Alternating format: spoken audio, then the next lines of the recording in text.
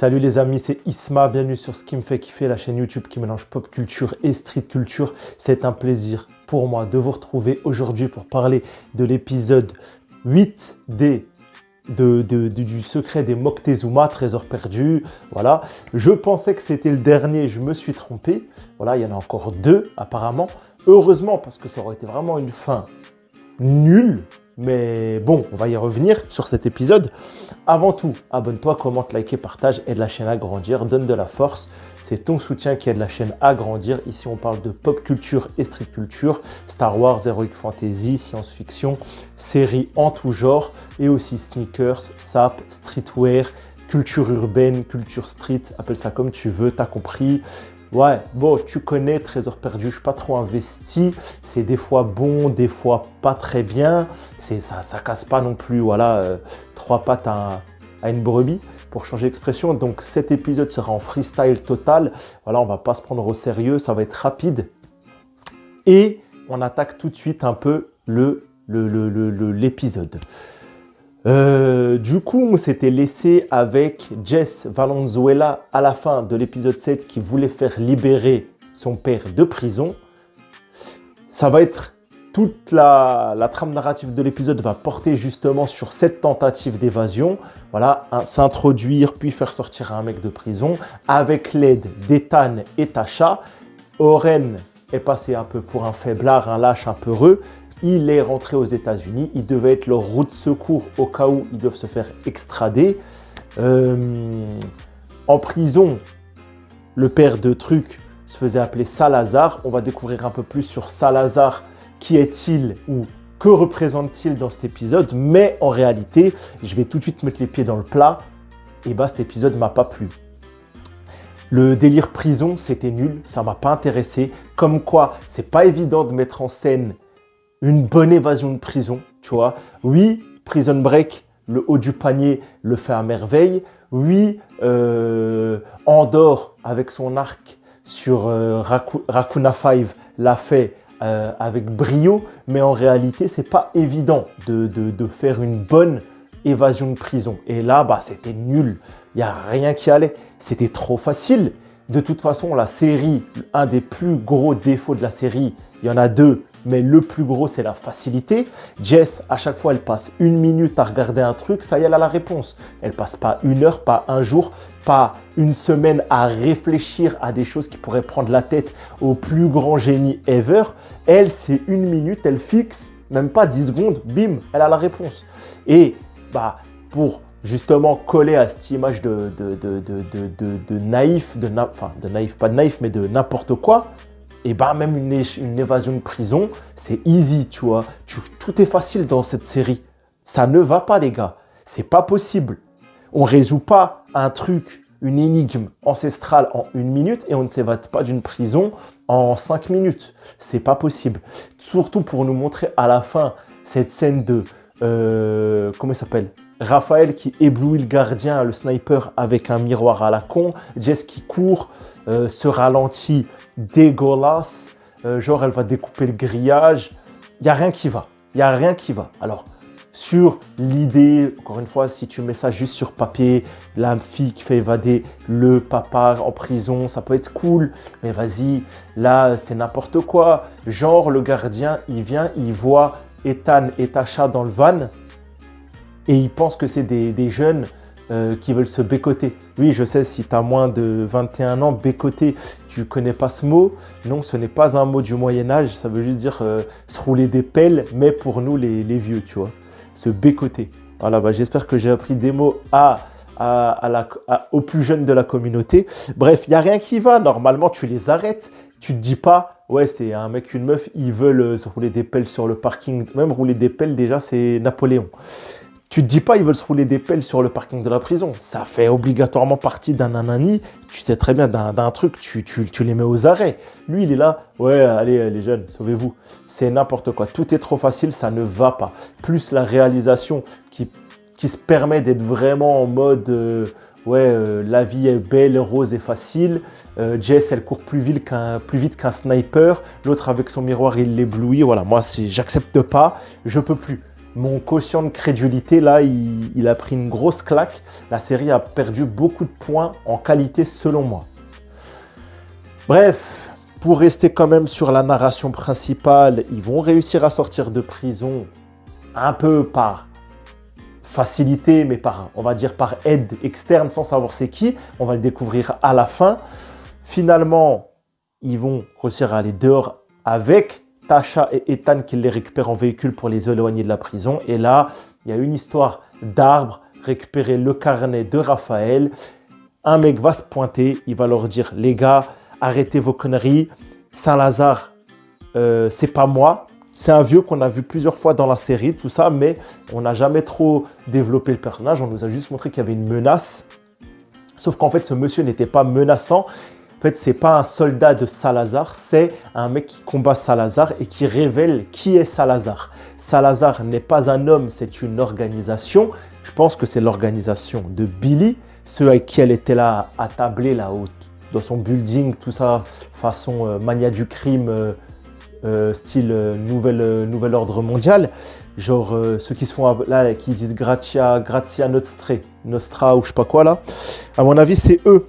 C'est eux Salazar, donc c'est une confrérie de pilleurs de trésors un peu style Darkness. En fait, c'est les pilleurs de l'ombre de Yu-Gi-Oh!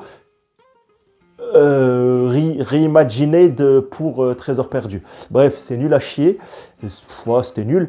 Du coup, le mec qui révèle ça, dans la minute, il meurt comme tout bon mec qui vient révéler un secret. Et Billy, Casey, elles arrivent, elles mettent la pression à Jess pour avoir le trésor, sinon Raphaël aussi va y passer. On découvre que c'est Casey qui a aidé justement Jess et Raphaël à sortir, que Billy tient tout le monde depuis le début. En parallèle, on va nous parler de Liam et l'autre mec, l'infirmier de Sadowski.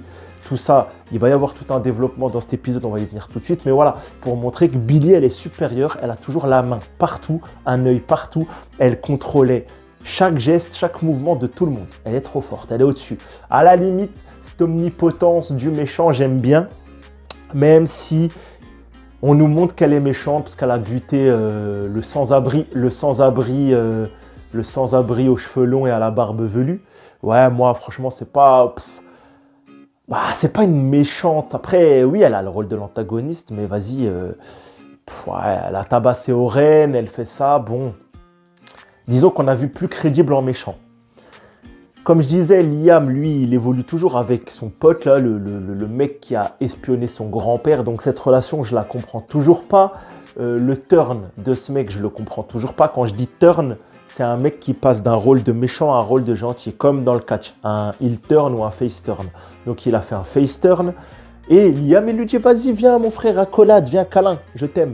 Wesh, il a espionné ton père, il est lié à ton tabassage. Toi, c'est bon, vous buvez des coups, vous êtes méga potes. Eux-mêmes, ils vont tenter de faire une petite entour-les-poules, une petite entourloupe à Dario. Dario, j'aime bien, c'est le personnage, franchement, il est stylé, Dario, même s'il n'a pas été trop développé. Ils vont lui voler son PC pour tout ça, remonter des indices, nanani.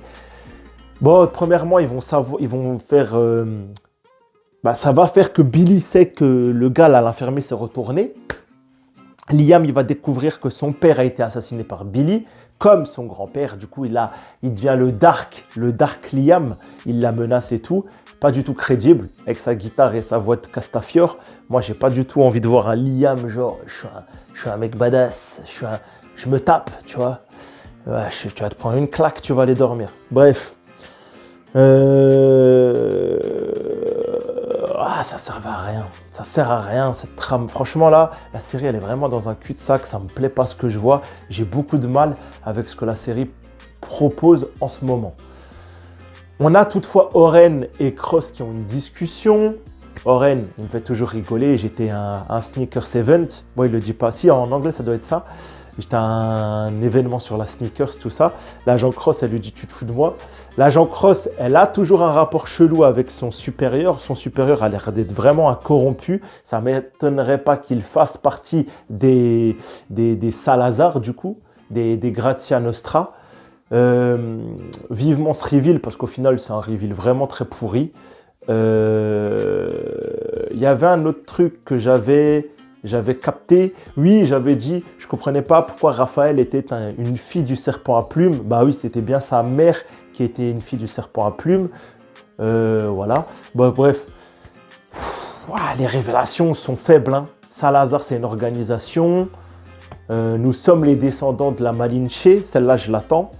Billy, son frère, apparemment tué par Raphaël, tout ça, c'est nul. Là, ils ont découvert l'emplacement du trésor. On retourne au Mississippi, donc en Amérique, aux USA. Donc, on était enfin au Mexique, c'est pour retourner trouver le trésor des Panaméricains aux États-Unis. Ah, vas-y les frères, vous ne savez pas nous faire voyager. C'est le deuxième défaut de cette série, c'est qu'on ne voyage pas. Et là, on retourne au Mississippi. Dans 2 secondes, ils vont nous dire, ouais, vous savez, le trésor, il est dans la cave de Jess à Bâton Rouge. Non, mais vous allez voir, ils vont tellement pas se fouler. Ah, c'est dommage, ça manque d'ambition. Je ne sais pas si une saison 2 verra le jour, mais il faut vraiment qu'ils corrigent ça. Sinon, franchement, il n'y a pas d'avenir pour la série. Ça, c'est certain. On attend toujours l'intervention de Cross dans la trame narrative principale. Raphaël, moi, il ne me fait pas trop rire, il ne me plaît pas trop comme personnage. Pareil, le fait qu'il envoie sa fille courir sous les balles d'un sniper, c'est n'importe quoi. Aucun père digne d'esprit ferait ça, tu vois. Surtout que c'est juste un historien, c'est pas non plus, tu vois. T'es le père de, je sais pas moi, dans Killjoy, tu vois, dans Killjoy, série de SF, je sais plus comment s'appelle l'héroïne, genre son père, c'est pas son père, c'est son père adoptif, mais il la bouscule, tu vois, il lui fait passer des épreuves pour devenir une genre d'assassin, tout ça. Il la violente avec des genres de tests un peu comme ça, mais là, t'es un archéologue, ta fille, elle a 20 ans, c'est une meuf qui travaille dans Storage Wars.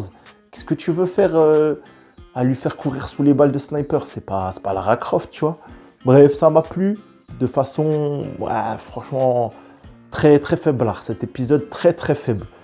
Très très faible. Mais bon, j'aimerais bien qu'ils balancent du coup le 9 et le 10 ensemble pour avoir le final d'un coup. Ça pourrait être pas mal. Surtout que les amis, moment promotion, voilà, la review est terminée. On n'a pas beaucoup plus à dire.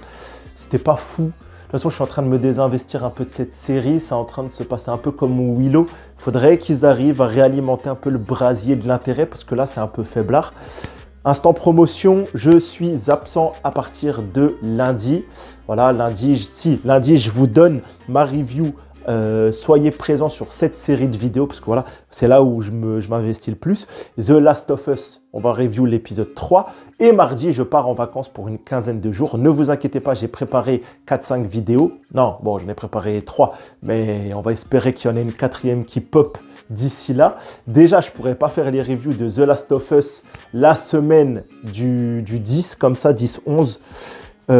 Pareil, je ne pourrais pas faire Trésor perdu. Voilà, je sais que pour vous, ça va être une catastrophe et que ça va faire un manque dans vos vies et que vous ne trouverez ni le sommeil et que vous partirez en dépression. Bien évidemment, je rigole, tout le monde s'en branle de ne pas me voir. Pardon s'il y a des enfants, tout le monde s'en fout de ne pas me voir ou de ne pas avoir sa review hebdomadaire de Trésor perdu. Mais en tout cas, je serai absent temporairement. Bien sûr, je reviendrai sur les épisodes dès mon retour pour vous faire la review de l'épisode que j'ai manqué ou des 2 épisodes que j'ai manqué. Ça arrivera forcément, on se mettra dans le canapé, une petite tisane et on fera ça chill. Et les The Last of Us, bien évidemment, idem, on reviendra dessus en décalé. Mais je vous invite vraiment à rester focus. Il y aura des vidéos très très cool qui arrivent la semaine de mon absence que j'ai préparées en amont.